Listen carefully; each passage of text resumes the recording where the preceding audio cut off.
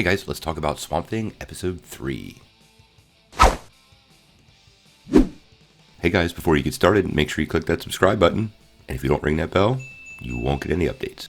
Episode 3 of Swamp Thing is out, and it's called He Speaks, and I think fans are going to be happy. Now, I don't think we can really talk about the show without mentioning the elephant in the room, the cancellation. Since we're going to support the show, and we really want to #save Swamp Thing, we're going to keep reviewing the show, praising it if it's good, calling it out if it's bad, hopefully proving the point that canceling this is on the epic level of stupid as canceling Firefly. With all this said, let's jump into Episode 3, which is pretty darn good. Not as good as the first two, but not bad. Now, one of the best parts of the first two episodes is the visual and horror components, and they're still there.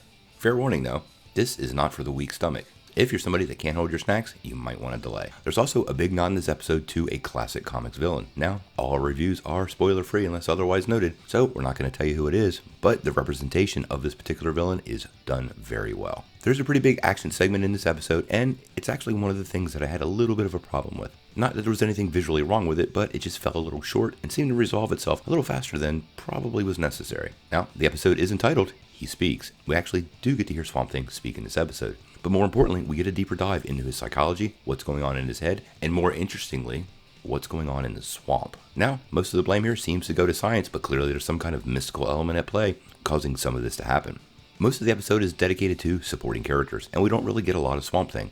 Being a fan of heroes, we always like to see the focus on the hero, so this episode felt like it had a little bit of a slow burn effect. There's a lot that goes on with all the supporting characters in this episode. Nearly every character's storyline has developed some in new ways, many with more wrinkles and even some interesting narrative curveballs thrown at us that were unexpected. Without any spoilers, there's questions to be asked. What is the history between Avery and Lucille Cable? And how will the investigation continue into the Sutherland's finances?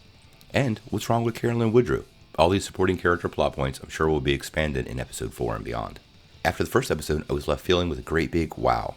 And although I'm not disappointed, this episode didn't make me say wow, I just thought it was good. Overall, I'm going to give it a 6.5 out of 10.